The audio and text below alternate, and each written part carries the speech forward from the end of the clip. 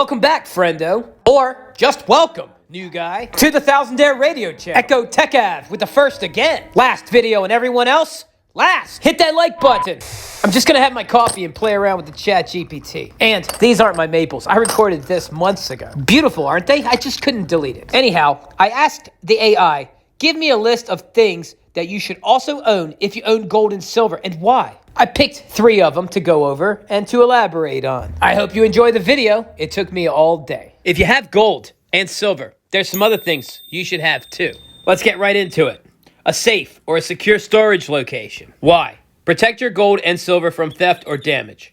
Safes should be fireproof and tamper resistant. If you store at home, a heavy hidden safe bolted to the floor is ideal. For larger holdings, consider a bank safety deposit box or professional vaulting services. I don't usually go into security on this channel because I want security to be either unknown or a surprise. But I will add something. I'm a fan of this quote. Divide your portion to 7 or even to 8, for you do not know what misfortune may occur on the earth. Not only do I use this quote for my asset allocation, because there are very different misfortunes that can happen on Earth that can affect different assets, or even fortunate events for that matter. I hate to break it to you, but if wars settle down and everyone goes shopping, that can be very bad for your metals. So if you didn't already know, it's good to own many other things as well. And that's not advice, but I would advise that you really think about it. If you're a bit of a doomer and gloomer, I don't blame you. I am as well. But I like to hedge my portfolio with a little something in case the sun does come out. And on the topic of securing and storing your metals and tangible valuables, I believe that quote should be applied as well. They should be spread out. Multiple locations, safety deposit boxes, safes, etc. I think about it like this.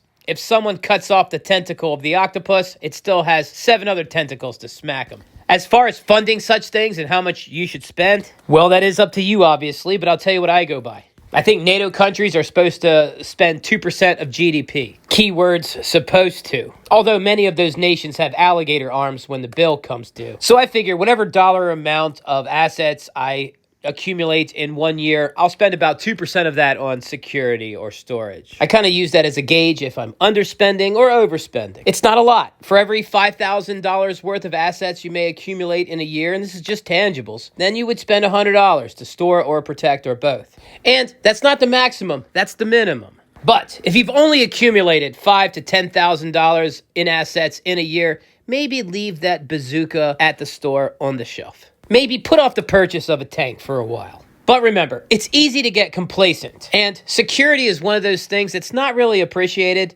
until it's breached. And since protection and storage are insurance for these things, you can't buy them afterwards. By all means, let me know what you think in the comments below. I hope you hit that like button. This is just a reminder. Much appreciated, friendo, and I'll get on to the next thing that you should have if you own gold and silver, and that is a diverse investment portfolio. All right, I know many of you watching are more adept to investing than I am, but there's still people that need to hear this, and I think it's important to remind myself. A diverse investment portfolio can sound complicated, but really all it means is don't just own one thing. Remember this quote from not so long ago? Divide your portion to 7 or even to 8. For you do not know what misfortune may occur on the earth. You know what? Before I elaborate, let me read it. Why? Gold and silver hedge against inflation and economic instability, but don't generate income or dividends. Diversify with stocks, bonds, real estate, and other assets for balanced growth and stability. All right, it offers suggestions. I do not. None of this is advice. Although, I do advise you to think about this and to hit that like button if you haven't already. Sorry, I gotta beg.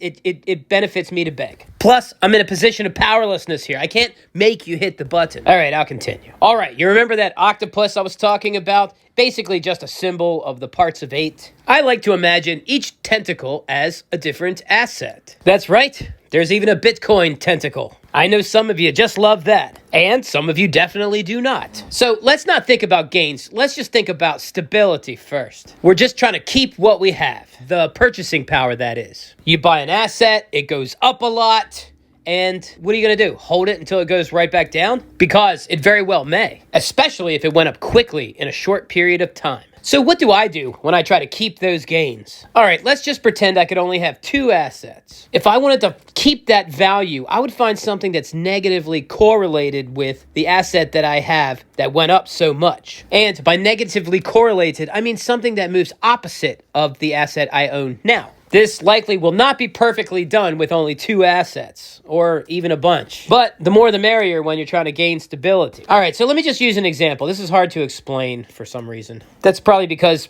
I'm reading and learning right now too. A lot of this is for me. You're just along for the ride, friendo. So let's say you bought a bunch of gold and it went up like crazy, or steeply, in a fashion that you think is gonna have a hard correction, or a pullback in price. Let's just say you bought 10 ounces of gold and you paid $1,000 each, and they're now like $3,000. So you turn $10,000 into $30,000. And you would be very sad if gold went down to $2,000. And you're not sure how likely, but you feel like there's a chance that could happen. You'll lose 10,000 bucks if that happens. Yeah, the gold could keep going up, but right now, we're more worried about loss. We feel as though we got a new lot in life and we would like to try to keep it. So I just looked up some things that are negatively correlated with gold. Now, we can only buy one because this is merely a two-asset example and we already have gold. So what are the options that came up? One is stocks. Another is the US dollar. Another is bonds. Another is risky assets like crypto and high yield bonds. Another is industrial commodities. I know you probably like that one. You can hedge your gold with silver. This is funny. It actually lists economic optimism. It lists correlation. Gold tends to fall during periods of strong economic growth and optimism. Why? In booming economies, investors prefer assets like stocks, real estate, and higher yield investments over gold, which is seen as a defense asset. All right, so I'm just going to choose something for the example. I bought $10,000 worth of gold. It's now $30,000, and I want to keep that value. Oh man, you're going to hate what I picked. It's just for the example, okay? All right, so I'm not going to pick cash. And even if I was, I would get bonds because then I could almost keep up with inflation at least. I'm not going to choose silver because it's not inverse enough, or any other industrial commodities because I simply don't know enough about them. So I favor stocks, but here's where it gets interesting. I'd want a stock index because we want stability, but we want to make sure it has some decent growth if the price of gold should fall due to all the optimism. So this is probably what you're going to hate, and this is truly an epiphany. I'm not setting this up, but Bitcoin is correlated with the stock market and has more growth potential, in my opinion. And I can hold it myself. I'm sorry, hodl. Yeah, so Bitcoin, I believe, has an inverse relationship with gold, or correlation. And it's funny to me because gold gurus are always arguing about Bitcoin as though they're both in competition to be gold. When in reality, I think people buy Bitcoin rather than stocks. Now, there's times when people would rather buy stocks rather than gold. Oh, and if you love gold and hate Bitcoin, or are smiling real big because you love Bitcoin and you hate gold, I don't know why you'd be here. I will say this, I would also do the opposite. If I had Bitcoin and it went up a lot, and it's got to go up a lot, people, all right? Just because it's like 90,000 from 70,000, that's actually not a lot in percentage terms after a halving. All right, what I'm trying to get at is, if this example was I had Bitcoin and I paid $10,000 for it and it went up to $30,000, I would get gold to negatively correlate with it. Or in other words, I would sell some of that Bitcoin and buy some gold. But back to the 10 ounces of gold that I spent $10,000 for that is now worth $30,000. Theoretically, for the example. Just shooting from the hip, I'd say I'd sell at least 2 to 3 ounces of that gold and buy Bitcoin with it, which would probably be at a low price if gold had went up that much. Yeah, so $21,000 worth of gold and $9,000 worth of Bitcoin doesn't sound like a bad portfolio to me. In that circumstance, that example, where you can only have two assets, and we're just trying to stabilize, protect from loss, that's what I would pick. And you could even be more conservative with it and just sell 2 ounces of gold and buy Bitcoin with that. I think that 20% Bitcoin would definitely protect from the downside. Again, this is just an example, something I'm coming up with my morning coffee. I'm shooting from the hip. Obviously, it would depend on your age and risk tolerance. If I was like 90, I would just sell the gold and get cash. And if I was like 25, I'd probably do a 50-50. Half gold, half Bitcoin. If you're still here, by all means, please leave something in the comments below. What do you think about this? And not just the positive people. If you have negative opinion about this, by all means, insult my intelligence. I don't care. Let's hash it out. Oh, or if you just want to tell us what you would do if you bought $10,000 worth of gold, 10 ounces, and it went up to $30,000 within a year, how would you try to keep your wealth?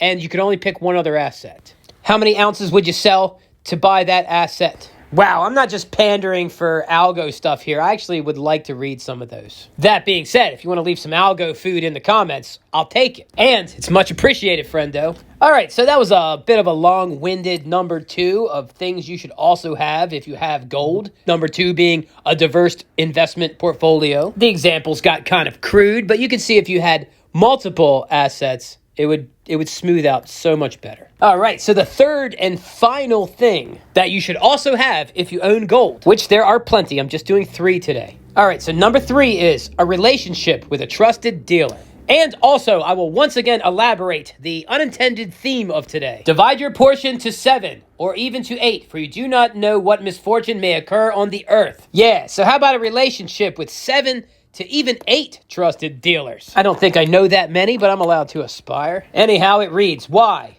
Building a relationship with a reputable dealer ensures access to high-quality metals and fair prices. It also simplifies transactions when you're ready to buy or sell. Now, if you're new to coin shops or metals exchanges or even jewelry dealers, you may notice that they don't tend to open up so fast or warm up to you or seem open to arbitrary chit-chat. Yes, they'd like to make a sale, but first and foremost, they'd like to keep what they have. They're not thinking the potential customer is always right. In fact, they're likely sizing you up in case they need to take you out. For self-defense, of course. Or if they're in a state that does not have a lot of civil liberties. They're probably thinking about how fast they can run from you or hide. And either scenario is in case you're the bad guy. Essentially, they're a bank, a real bank, where your dollars can be traded in for silver and gold. And not only do these places have silver and gold, but they likely are holding a lot of cash. So they not only want to prevent being robbed on the spot, but they also don't want to give away any sensitive information so that some clever guy can case them out for later. And you can't blame them. Security aside, they also charge different people different prices. Yeah, that's how it goes. If you're new or you sound giddy or naive, and you're just picking up one little piece of silver, they're probably not going to give you the best price. I'd say certainly not. One of the things I like to do is I call around. Especially if I got a big purchase to make, I'll call around and ask questions. I will call multiple places and put them against each other. Oh, if you're not sure how to find these shops, look for coin shops. Some states have some really nice pawn shops, but a lot of pawn shops are duds. There's antique stores and jewelry stores. And sometimes you can actually find a metals exchange. It doesn't hurt to call around. So how can we build a relationship with these dealers? I'm going to take the purchases out of it. And first, we're going to talk about how you act. A bit of some coin shop code of conduct, if you will. First, let's do no harm. Let's not make them hate us. Don't enter the store too quickly. Don't go waving your arms around. I know a shop owner that pulled and warned the person, stop waving your arms. Remember, first and foremost, these people are concerned about their safety. Also, maybe don't go into the shop with your sunglasses on or your hood up. This should be obvious. Something that's not as obvious to people is if someone else is in there, like a customer, you don't necessarily want to engage too much with them either, especially if they are there selling something. If you chime in, even if you think it's harmless, you could be costing the shop time and money. And that's not a good way to build a relationship. Also, this should go without saying, do not try to buy the stuff from the person that's there selling their things to the shop. I'm sure you already know this, friendo, but who knows who's watching this? So, not only is that not good for building a relationship, but you may be asked never to return. At the very least, you'll be paying high premiums for a long time. Okay, so now we're spending some cash. We go in, we buy some silver or gold or both, and we leave. You keep it that simple, and over time, a relationship will form. One of the things I used to do was, if my friends wanted some silver or some gold, I would call them or text them while I'm at the shop, see if there's anything they wanted, and then I would make a larger purchase. And making larger purchases definitely helps the relationship. Remember what I said. If you could build a relationship with multiple dealers, that's a good thing, and I'll tell you why. Some dealers may give you a really good price when you go to buy stuff. They don't like to hold a lot of inventory, so they don't always have a lot of inventory when you're looking. And some dealers may be a bit more pricier, but they have a nice inventory.